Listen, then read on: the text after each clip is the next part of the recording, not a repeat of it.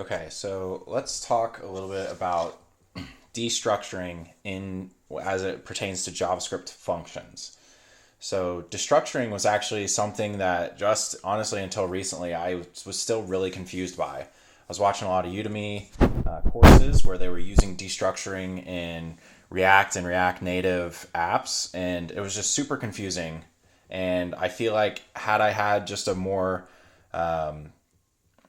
basic understanding of it before getting into that kind of thing, I would have just enjoyed those courses more. So in this little video, we're going to talk destructuring. So the example I want to do is to create just a very simple constant called favorite coffee. And so what this is going to be is favorite coffee is going to be an object with a few different properties. So the first property is going to be origin from Colombia. The second property is going to be cream, and that's going to be coconut milk. Third property is going to be temp in Fahrenheit, and that is going to be 110. And the last property is going to be volume in ounces, and that is going to be 12 ounces, because I will tell you, if I have too much more than that, I'm pretty jittery. So what we've done here is we have created our constant favorite coffee, which is an object. Favorite coffee is now an object with 4 properties, all describing my favorite coffee. So to talk about destructuring, what's helpful is to let's go ahead and declare a function that doesn't use destructuring so we can see the power of destructuring in the second function.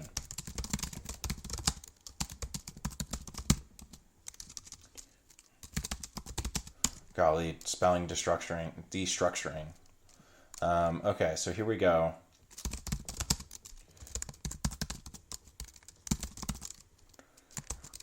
No destructure is going to take in it's going to take in the entire favorite coffee object as its oh, you know what, I guess it doesn't have to be called that, it can just be called coffee, because favorite coffee is my favorite coffee, but this function is going to be called order a cup, for example, so it's just a little more generic.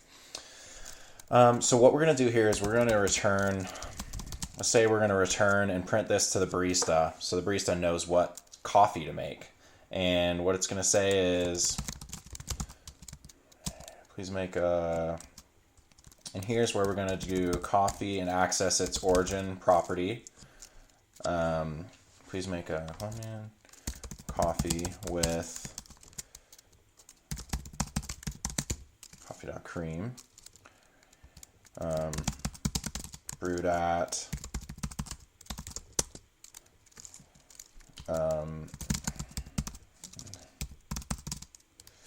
I guess, you know what, I'm going to end it there. Please make just because it makes a little more sense English wise. So this will say basically, please make a 12-ounce Colombia coffee with coconut milk brewed at 110 degrees. So 110 Fahrenheit. Okay, so let's go ahead and run this. Let's see how we've done so far. Oh, of course, I need to call this. This is a great example of just declaring a function does not mean it's going to run. So I'm going to call to the console, order a cup, and I'm going to pass in my favorite cup of coffee order. So here, everything should work correctly. Let's try that again. Oh, what do we got here? Coffee is not defined. Okay, there's a misspelling. Okay, I think we're good now.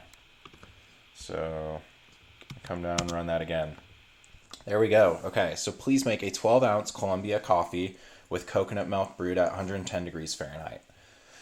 So you've probably seen this before. This is very straightforward.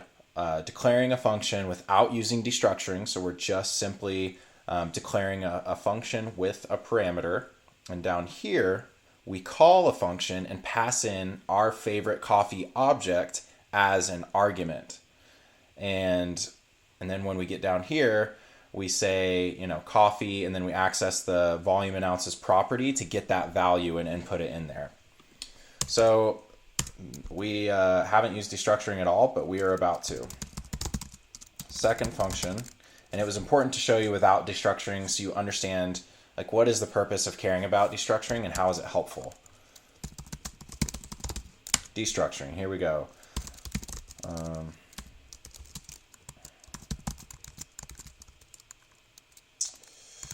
Let's go ahead and order a cup again. Let's have that be the destructuring function name. It's not a great one, but it's good enough. So, I probably should have just copied this and started from there. Okay, so we're ordering a cup again. It's basically the exact same function with a different name. But what we're going to do is instead of having to use coffee 4 times, we are going to destructure coffee right here in the function declaration. And so what that means is we'll do something like origin. We're going to pull origin out of whatever's passed in. We're going to pull cream out of whatever's passed in. Same thing with temp and Fahrenheit, and same thing with volume in ounces. Because we use brackets, we're basically saying, okay, you're going to pass to us an object, and we're going to destructure from that these 4 properties so that we can directly use them in our code without having to use the dot notation here. And so you can see the value of this just allows us to kind of make our use of the variables in a function just a little more simple. So let's come down here and let's call this again. I guess we are technically calling order a cup again, so it is a different function, but we get to pass the same object to it, and we should expect it to work just like the last one did, except for you can see it's a little less confusing in the return statement here, in that string return statement. So if I run that again, you can see we get the exact same result here in the console, but we have used destructuring in the second function. And I mean, long story short, it simplifies this piece to where instead of this initial function declaration being simple, you can kind of take the complexity out once here and be able just to use the simple one-word properties throughout the rest of your function body. So that is a very simple example of destructuring, and it's a good thing to wrap your head around early because it just makes life easier in the long run.